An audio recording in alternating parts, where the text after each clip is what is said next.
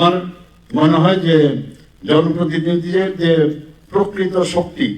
সেটা কিন্তু পদমর্যাদায় নয়, এবং মানুষের যত বেশি আমরা বিশ্বাসযোগ্যতা অর্জন করব তত বেশি আমরা মানুষের কাছে আমরা যেতে পারবো। এখানে কমনওয়েলথ পার্লামেন্টারি অ্যাসোসিয়েশন, যেটাকে সিপিএ একটু আগে বলা হয়েছে, প্রতিটি আমার কাছে যা ডাটা দেওয়া হয়েছে প্রতিটি জেলায় এই ধরনের সেমিনার আয়োজন করা হবে, এবং সেখানে জেলা পরিষদ, পঞ্চায়েত সমিতি, আগরতলা পৌর নিগম, মিউনিসিপ্যালিটি কাউন্সিল, নগর পঞ্চায়েত এবং গ্রাম পঞ্চায়েত, ভিলেজ কাউন্সিল সহ প্রতিটি স্তরে যারা জনপ্রতিনিধিরা সেখানে থাকবেন। কিছু গাইডলাইনও এখন দেওয়া হয়েছে কমনওয়েলথ পার্লামেন্টারি অ্যাসোসিয়েশনের যে নির্দেশিকা, সেখানে বলেছে যে গণতান্ত্রিক শাসন ব্যবস্থা যে কিছু শক্তিশালী কিভাবে করা যায় তার গাইডলাইন বা রূপরেখা দেওয়া হয়েছে। এবং কমনওয়েলথ পার্লামেন্টারি যে অ্যাসোসিয়েশন সেটা কিন্তু আজকে গতকাল বা পরশু হয়নি, এটা হয়েছে 1911 সালে প্রতিষ্ঠিত হয়েছে, 1911 সালে প্রতিষ্ঠিত হয়, এবং তার যে মেইন উদ্দেশ্য সারা পৃথিবীর, কিন্তু এটা এমন না যে ভারতবর্ষে, সারা পৃথিবীর মনিটরিং করে সেটা, এবং যে গণতন্ত্রকে শক্তিশালী করা। আজকে এই যে সংস্থা বিশ্বের বিভিন্ন দেশের সংসদ ও আইনসভাগুলোর মধ্যে এই যে অভিজ্ঞতার কথা আমি বললাম, সেই অভিজ্ঞতাগুলো এবং যে জ্ঞান সেখানে জ্ঞান মানুষের অভিজ্ঞতার নিরিখে আসে, সেগুলোর যে ভাগাভাগি করা, শেয়ার করা, তার মাধ্যমে আরো গণতন্ত্রকে কিভাবে উন্নত করা যায় তার জন্য এই ধরনের একটা সংস্থা। আজকে কমনওয়েলথ পার্লামেন্টারি অ্যাসোসিয়েশনের বিভিন্ন যে কর্মসূচি, সেখানে জনপ্রতিনিধিদের প্রশিক্ষণ ভেরি ইম্পর্টেন্ট, গবেষণা প্রকাশনা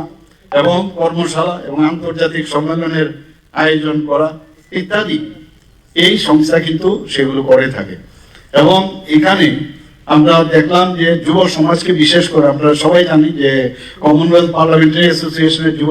সংসদ সেটা কিন্তু হয়ে গেছে, এরকম শিক্ষা কর্মসূচি, সচেতনতামূলক পরিচালনা, এরকম ভবিষ্যৎ যাদের নেতৃত্ব, নতুন নতুন ছেলে মেয়েরা আসতে পারে, যাদের উপর আমরা যে যে ব্যাটন, সেই ব্যাটনটা তাদের কাছে দিতে পারি। এই সম্মেলনে আমার মনে হয় যে আমাদের বিভিন্ন যে উন্নয়ন বিষয় আছে তার পরিকল্পনা, প্রশাসনিক সমস্যা, এবং বিশেষ করে আজকাল প্রযুক্তির উপরে আজকে এআইও চলে এসছে, সেই এআইকে কিভাবে যে আমাদের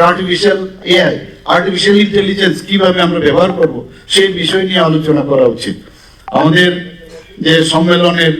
যে জেলা প্রশাসন, জনপ্রতিনিধি, বিশেষজ্ঞ, সমাজের বিভিন্ন শ্রেণীর লোকের আছেন যারা হয়তো বা জনপ্রতিনিধি না, কিন্তু তাদের মধ্যে কিন্তু অনেক অভিজ্ঞতা রয়েছে, তাদের সাথেও আমাদের বিভিন্ন জায়গায় যে যে স্থানে আছেন তাদের সাথে আমরা আলোচনা করি, কিন্তু এটাকে যেন একটা ভেরিটের মধ্যে আমরা মানে সবসময় রাখি, সেই কর্ম পরিকল্পনা জরুরি। আমাদের এখানে সম্মেলনের যে মানুষের আস্থা অর্জন এবং তাদের সাথে বার্তালাপ এবং সেই বিষয়গুলো কিন্তু আমাদের করা উচিত। আমাদের এখানে আরো কয়েকটা বিষয় আমি বলি, কারণ সময়ের একটু সমস্যা আছে, তো আমি কয়েকটা বিষয় বলে যে জনপ্রতিনিধিদের নিয়মিত এলাকায় পরিদর্শন করা,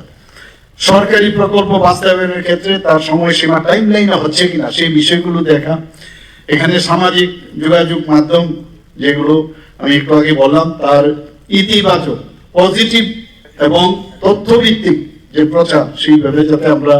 দেখবো, যারা করছে তাদের বিরুদ্ধেও আমরা বলবো যে এই ধরনের যে তথ্য তুমি দিচ্ছ সেটা ঠিক নয়, তার বিরুদ্ধেও বলা, কিন্তু নিজেদের চেষ্টা থাকবে যে আমি তথ্য ভিত্তিক এবং আমি ইতিবাচক পজিটিভ ঢঙে আমি প্রচার করব। অনেক সময় দুর্যোগের অবস্থা আসে, সেখানে দুর্যোগ পরিবেশে বা দুর্যোগের যখন অবস্থা দাঁড়ায় সেখানে সক্রিয় ভূমিকা গ্রহণ করা, এবং শিক্ষা আমাদের জন্য এবং স্বাস্থ্য আমাদের জন্য ভেরি ইম্পর্টেন্ট। আমরা সবাই যাই, কিন্তু আরো বেশি করে বিভিন্ন জায়গায় স্কুল, কলেজ বা হসপিটাল, সেখানে কিভাবে উন্নয়ন করা যায় তার বিষয়ে আমাদের একটা সক্রিয় ভূমিকা থাকা দরকার, এবং সঠিক পরিকল্পনা, প্রপার এবং ট্রান্সপারেন্সি, সেইগুলো আপনারা নিশ্চয়ই এদিকে নজর রাখবেন। পরিশেষে আমি এই সেমিনারের যে এবং কর্মশালার সার্বিক সফলতা কামনা করছি, এবং সবাই মিলে আমরা যেটা বলছি যে ত্রিপুরা বিধানসভা হোক বা বিভিন্ন যেসব আমাদের মিউনিসিপ্যালিটি হোক বা অন্যান্য যেসব ত্রিস্তরীয় পঞ্চায়েতে হোক, সব জায়গায় আমরা এমন একটা, যেটা মাননীয় প্রধানমন্ত্রীজি বারবার বলছেন যে নিউ ইন্ডিয়া, তো নিউ ত্রিপুরা আমাদের তৈরি করতে গেলে আপনাদের থেকে বড় শক্তি আর কেউ থাকতে পারে না। You are host on yourself. আপনারা বহু মানুষের কিন্তু আপনারা কিন্তু রিপ্রেজেন্টেটিভ।